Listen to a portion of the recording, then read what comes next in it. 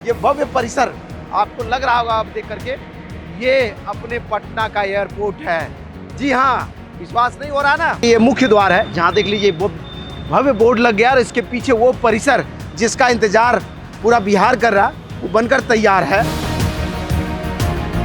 जहाँ देखिए उधर से अगर देखना शुरू करें, जो है 64 नंबर चेक इन काउंटर उस तरफ में है और वहाँ से यहाँ तक ये घूम जाइए तो सीरीज में 1 से लेकर के 64 तक काउंटर बना हुआ है, जहाँ आप चेक इन का कोई प्रॉब्लम नहीं होने वाला। ये एरो ब्रिज है जिसके जरिए प्लेन पर आप सवार होंगे, उसको हम दिखाने के लिए आए हैं आपको।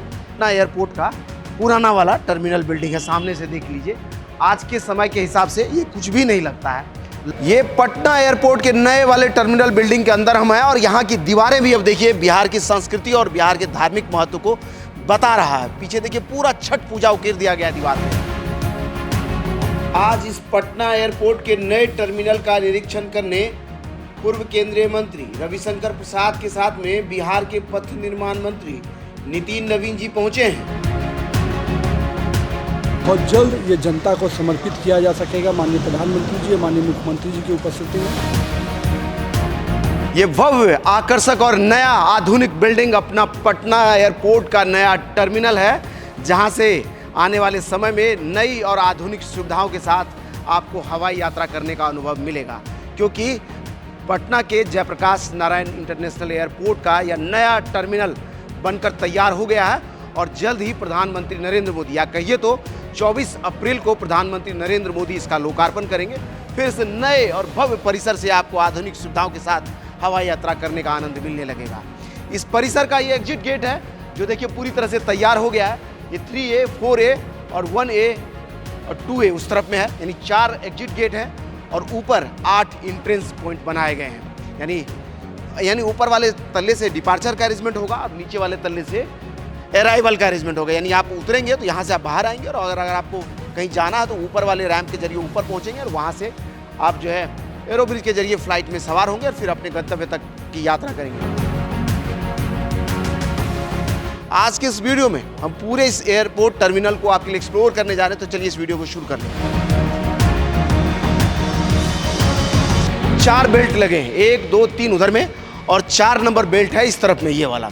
इन चारों बेल्ट के जरिए आपको लगेज जो आप फ्लाइट में सवार होते समय वहाँ देंगे, वो इस बेल्ट पर आपको मिल जाएगा। ये इस बेल्ट पर एक बैग घूमता हुआ आ रहा है ताकि ये पता चले कि इस पर अगर लगेज रखेंगे तो वो किस तरह से घूमेगा और कैसे हैंडल होगा, उसको किया जा सकेगा।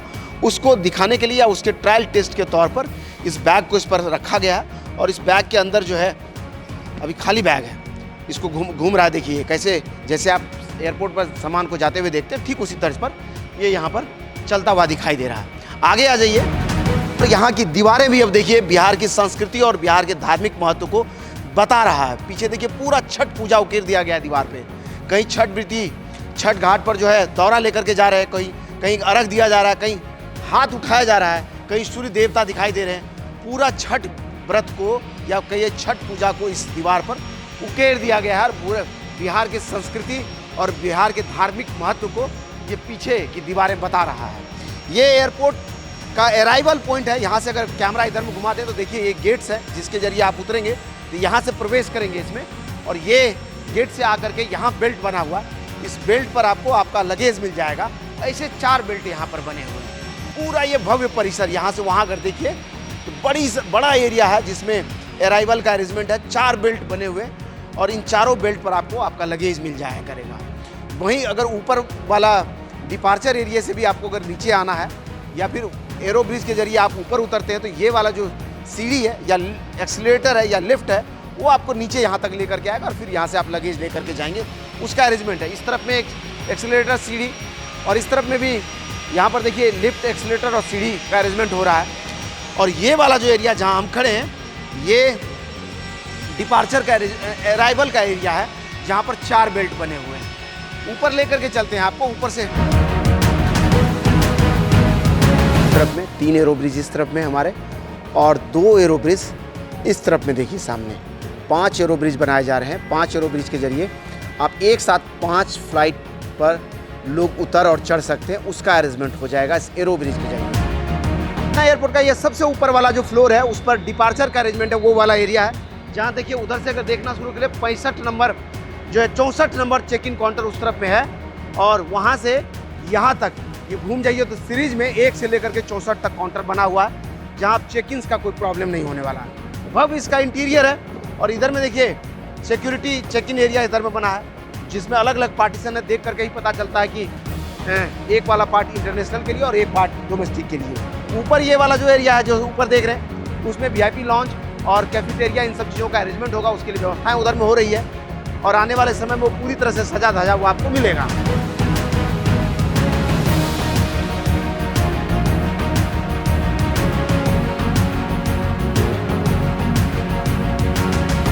कुल मिला के कहें तो अपना ये पटना एयरपोर्ट विश्व का तीसरा ऐसा एयरपोर्ट है जो शहर के बीचों बीच बना है, और अब ये भी इंटरनेशनल एयरपोर्ट्स को टक्कर देने के लिए इसका टर्मिनल बिल्डिंग बनकर तैयार हो गया है, जिसका ये डिपार्चर एरिया आप देख रहे हैं। ये एरो ब्रिज है जिसके जरिए प्लेन पर आप सवार होंगे, उसको हम दिखाने के लिए आए हैं आपको। इसमें जो है ऊपर वाले फ्लोर से आप चलेंगे तो ये रैंप नीचे लेकर के प्लेन तक आपको आएगा, और यहाँ से एक ब्रिज पर से प्लेन को कनेक्ट करने के लिए एक जो है टर्मिनल जैसा छोटा सा लगता है ब्रिज का, वो लगेगा। और ये वाला जो है पटना एयरपोर्ट का पुराना वाला टर्मिनल बिल्डिंग है। सामने से देख लीजिए, आज के समय के हिसाब से ये कुछ भी नहीं लगता है, लगता है कि पता नहीं किस दौर का एयरपोर्ट हो ये। लेकिन जहाँ हम खड़े हैं यहाँ तक देख लीजिए, ये अब जो है जो कंक्रीट होकर के यहाँ तक बना दिया है, ताकि प्लेन जब उतरे तो उसको यहाँ तक लाया जा सके, उसकी व्यवस्था यहाँ कर दी गई है। कुल मिलाकर के ये समझिए, तो यहाँ से चलते हुए एक बार फिर से कैमरा नज़दीक से लेकर के आए तो देखिए यहाँ तक जो है प्लेन को लाने का अरेंजमेंट, पार्क करने का अरेंजमेंट हो गया। और यहाँ इस तरफ में ये पुराना वाला एयरपोर्ट का टर्मिनल बिल्डिंग सामने से दिखाई दे रहा है। सबसे बड़ी बात है कि इसका ATC वगैरह पहले से बन गया। पुराना वाला ATC देख लीजिए, वहाँ पर जो है पुराना वाला ATC वहाँ है, और नया वाला ATC उस तरफ में बन गया है। और नए ATC में परिसर का जो है सारी चीज़ें शिफ्ट भी हो गई है। अब सिर्फ इस टर्मिनल बिल्डिंग को शुरू होने का इंतजार है। अराइवल पॉइंट है इस एयरपोर्ट का, और यहाँ से आप नीचे निकलेंगे तो ये वाला देखिए, इधर में बोर्ड लग गया शहर की ओर निकलें, बस और टैक्सी पार्किंग, प्रस्थान, और आगे से देखिए ये सब कुछ लोकेशन का इधर में बोर्ड लग गया। और ये भव्य परिसर उस तरफ से आप आएंगे तो यहाँ ऊपर वाले फ्लोर पर आप ड्रॉपिंग का अरेंजमेंट होगा। ऊपर देखिए बोर्ड भी लग गया है जयप्रकाश नारायण इंटरनेशनल एयरपोर्ट का। पटना के इस जयप्रकाश नारायण अंतर्राष्ट्रीय हवाई अड्डे का ये मुख्य एंट्रेंस एरिया है, जहाँ से देखिए एक रैंप इधर से प्रस्थान लिखा है, इधर में departure, multi level car parking और अराइवल नीचे से, और ऊपर से ये रास्ता सीधा जाकर के ऊपर में आपको उतारेगा, जहाँ ड्रॉप ऑफ करेंगी गाड़ियाँ, और यहीं से आप प्रवेश करेंगे एयरपोर्ट में। फिर गंतव्य तक जाने के लिए एरो ब्रिज के जरिए फ्लाइट में सवार होंगे, उसकी व्यवस्था आगे आपने देखा है। और यहाँ से फिर वो गाड़ी वापस आकर के इस गेट से बाहर निकल जाएगी, उसकी व्यवस्था हो रही है। नीचे यहाँ बस टैक्सी वगैरह लगेगा, या पिक करेगा, ड्रॉप करेगा, उसकी व्यवस्था इधर में हो रहा है। और बड़ी रफ्तार में काम को किया जा रहा है, क्योंकि इसके उद्घाटन की तैयारियां हो रही है।